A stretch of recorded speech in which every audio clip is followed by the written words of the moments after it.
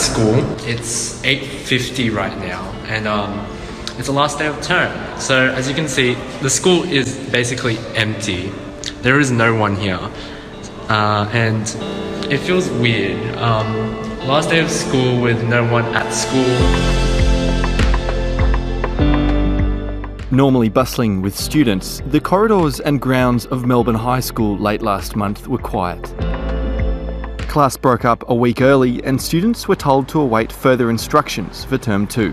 No one was in the library, and it's kind of scary to like, the coronavirus is here and you're just wondering what's going to happen. Parents in every state and territory have been asked to keep their children home. And in Victoria, Year 12 students like James Lamb have been preparing for online classes when school resumes. It's just a stressful time for all of us.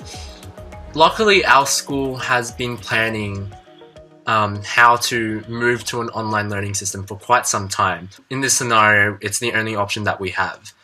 And it's already really finicky to use, and I'm worried that at home, with 30-something students in one class, how is it meant to work well with a teacher talking and everyone else being super delayed and just having that reverb and all?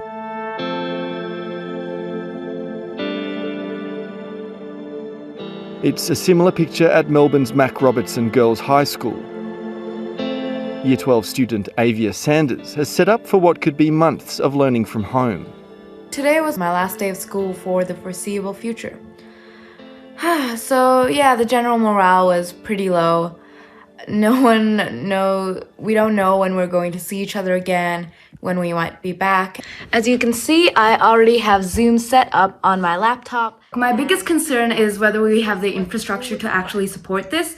Because, look, worst case scenario, the whole country goes into lockdown. Most people working from home, all students doing online school. Will NBN be actually able to handle the increased demand? My teachers have been extremely reliable with assuring us that, look, no matter what happens, our VC disruptions will be kept to a minimum. For myself, my home Wi-Fi is already pretty slow. I experience a lot of lagging, so I don't know how realistic me being able to do video calls constantly actually is. Teachers are also trying to adapt.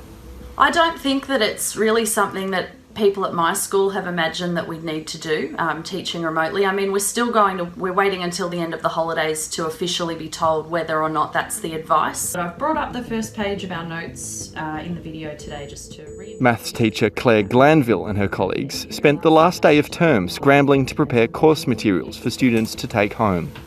Basically, this is what each student received in their bundle yesterday, and that's 3 chapters worth of work templates and notes, so that with the rapidly changing situation at the moment, we're prepared and they've got everything they need for whatever type of learning we need to prepare for Term 2.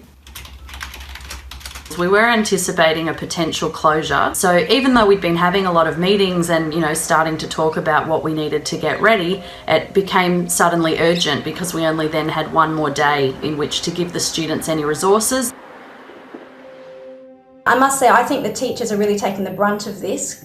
So my sense is the teachers are doing an incredible job really buffering a lot of that stress from students and just presenting a very calm front. But inside, I'm sure it must be very different.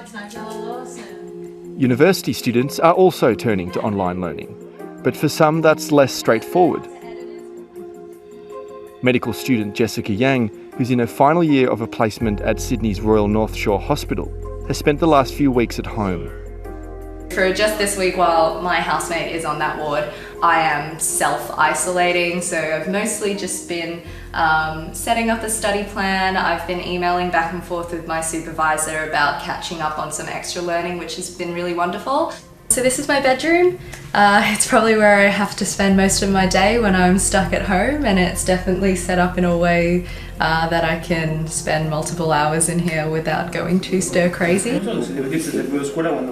In Italy, where the healthcare system has struggled to cope with the coronavirus pandemic, medical students have been fast-tracked to work as fully qualified doctors. That hasn't happened yet here in Australia, but Jessica and her peers could soon find themselves contributing to the hospital workforce much earlier than expected. What that might look like are the final year students being paid to do some more of the grunt work to help out where they can, and this will actually count towards our final year training. I don't think anyone ever feels ready to graduate medicine and become an intern and, you know, start practicing as a doctor. But I think if there's a way for us to help out in a sort of safe and competent manner, then I'm all for it. Whatever does happen, it's going to be a long year ahead. For the Year 12s, I guess my hope is just making them know and having their families know as well that we're still here to support them.